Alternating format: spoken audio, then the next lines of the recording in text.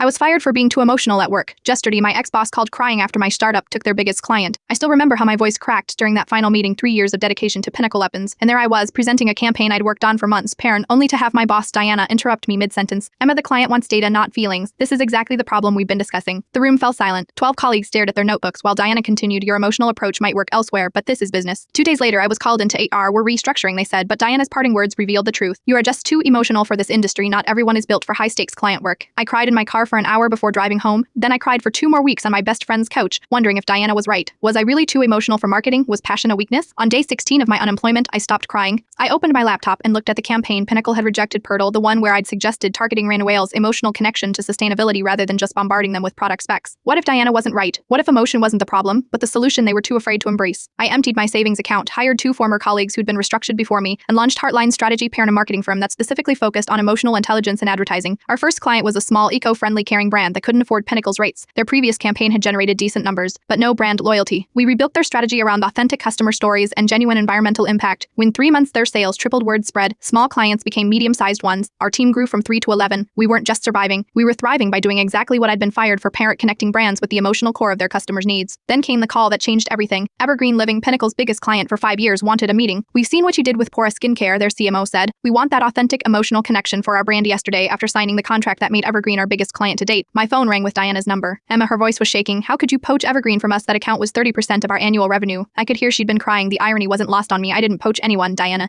They approached us because they wanted something you couldn't provide. We can work something out, she pleaded. A collaboration. Anything. Pinnacle is struggling without Evergreen. I thought about all the nights I doubted myself because of her words. How close I'd come to believing that my greatest strength was actually a fatal flaw. I am sorry you were going through this, I said, meaning it, but I am not interested in a collaboration. I am busy building something I believe in, Pern, with a team that values emotional intelligence rather than fears it. After we hung up, I gathered my team for champagne. As we celebrated, I realized something powerful. Sometimes being too much of something isn't a flaw, Pern, it's just being in the wrong room. And sometimes the best response to rejection isn't changing yourself, but creating a new room altogether, Pern, one where your supposed weaknesses become your greatest strengths.